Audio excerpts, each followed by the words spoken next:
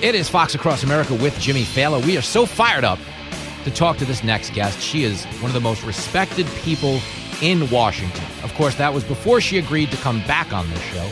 Tennessee Senator Marsha Blackburn's here. Hello, Senator. Hello, how are you? You're back. You know, for a $20 fee, we'll make sure that this interview doesn't appear on your schedule. Okay, there you go. At least we could do. It's the least we could do. I appreciate it. It's nice to get the band back together. I appreciate you joining us today. I have a couple of things to throw at you, okay?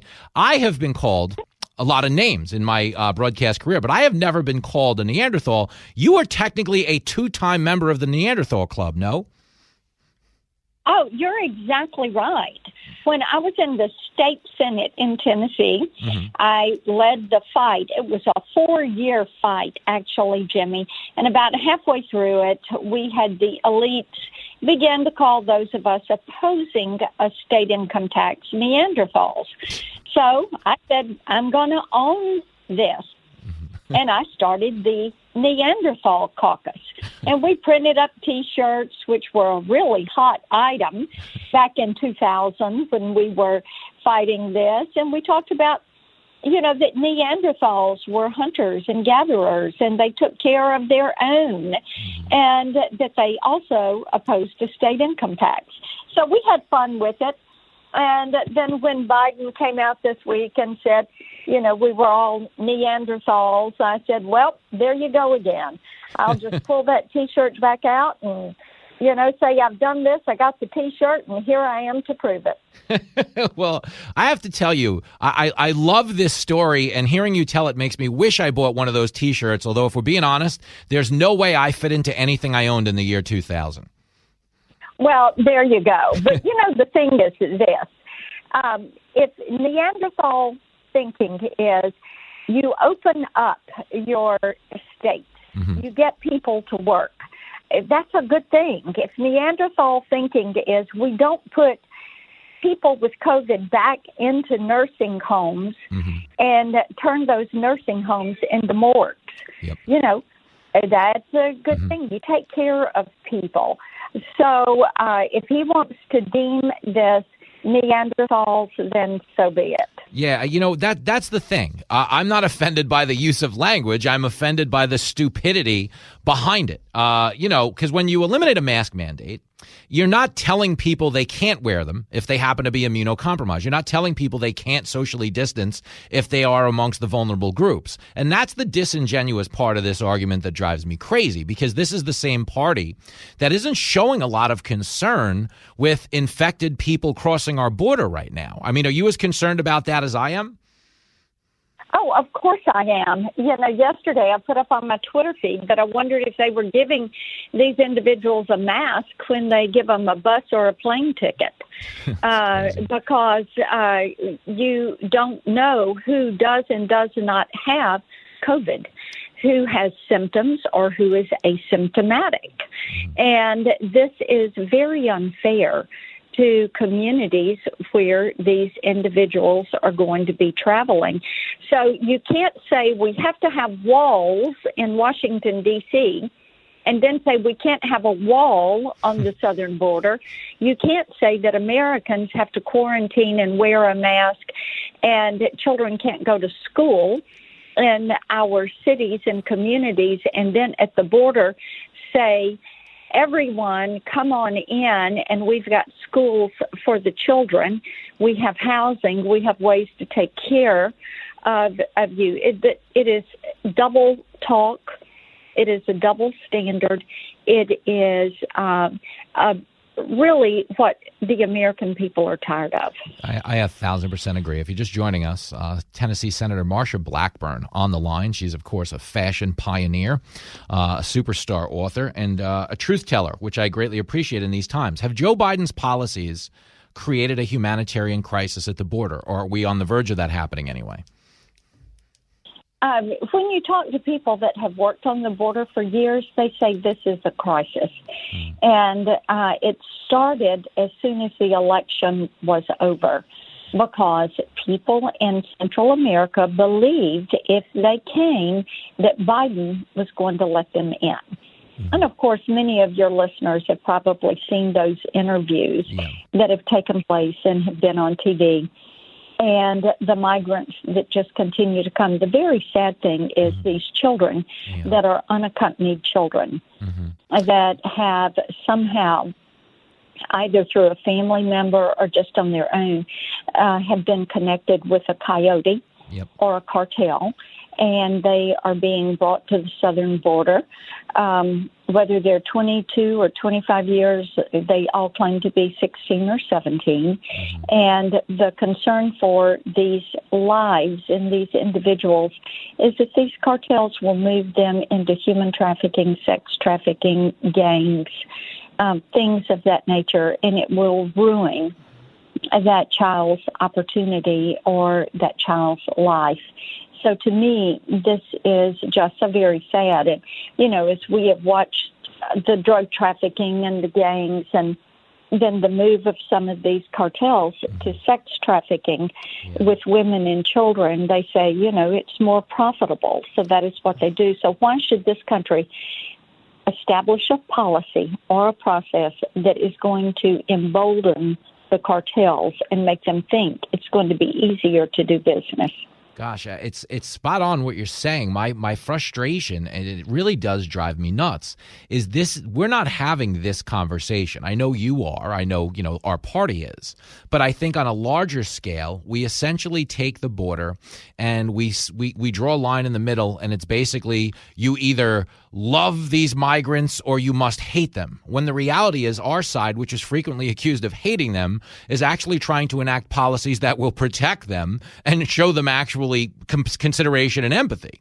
Securing the border will ultimately discourage people from coming here on the journeys you're describing. But, sadly, Joe Biden, it's my feeling anyway, cannot obviously continue any of Donald Trump's policies, even though they worked, because of the way they were disingenuously described. These were never kids in cages. This was never some, xenophobic targeting of third world people. This was our appetite to have a secure and safe border. How do you get the conversation back to the substance? Is it possible? This is something we've worked on for a while. I actually was on the border back in 2014 and 15 and came back to committee. This is when I was in the House. And I said, hey, we need to do something about where they're holding these unaccompanied alien children and the conditions around these children that they're coming to us in. Because all girls ages 10 and above had to have a pregnancy test, which to me is just devastating.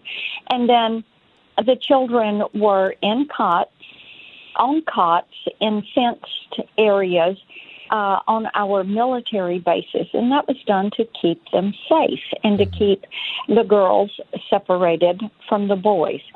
Fully understand and appreciate that. But at that point, no one wanted to do anything about it, Jimmy, because they said, well, this is President Obama's policy.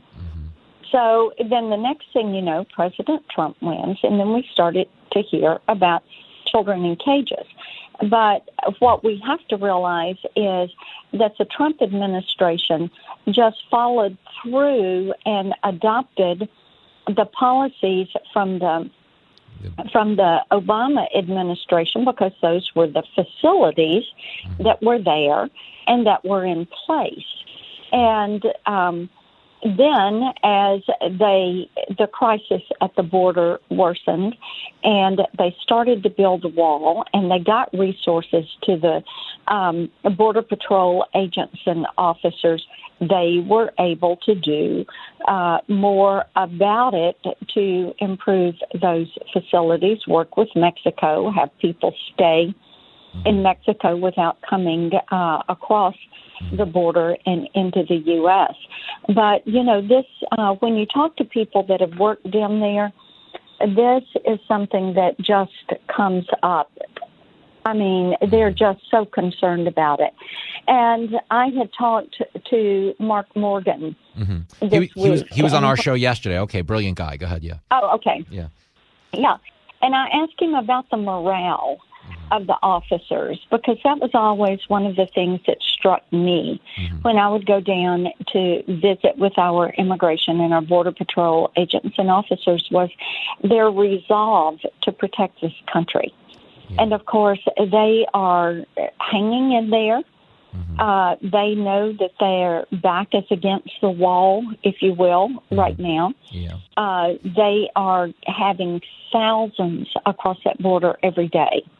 And it does make it incredibly difficult for them to do their job.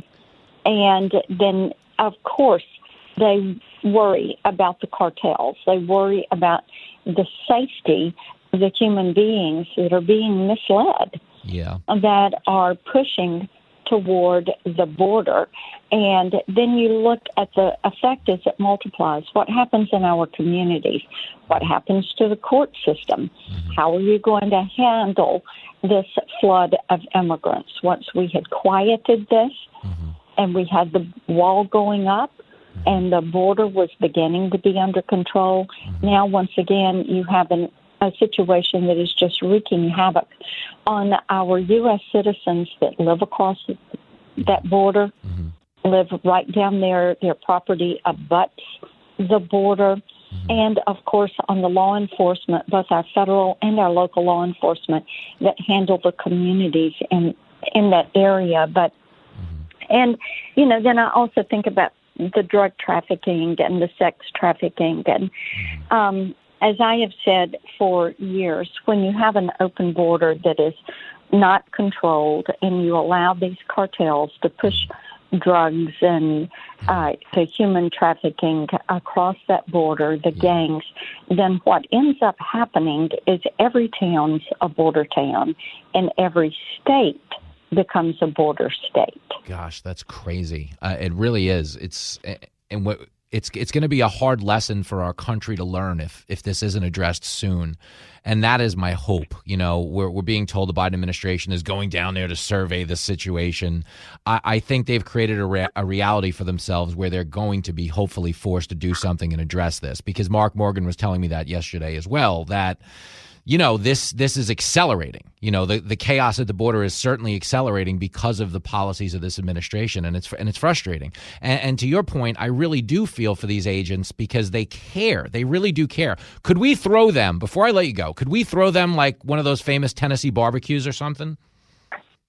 Well, that would be a great thing to do, and I want to get back down to the border. I told my team this week, I said, you know, I want to get back down there quickly and see what is transpiring. I always enjoy getting updates from people that I've known through the years that are working down there, and they are all quite concerned because the word is out. If you come, Biden is going to let you in.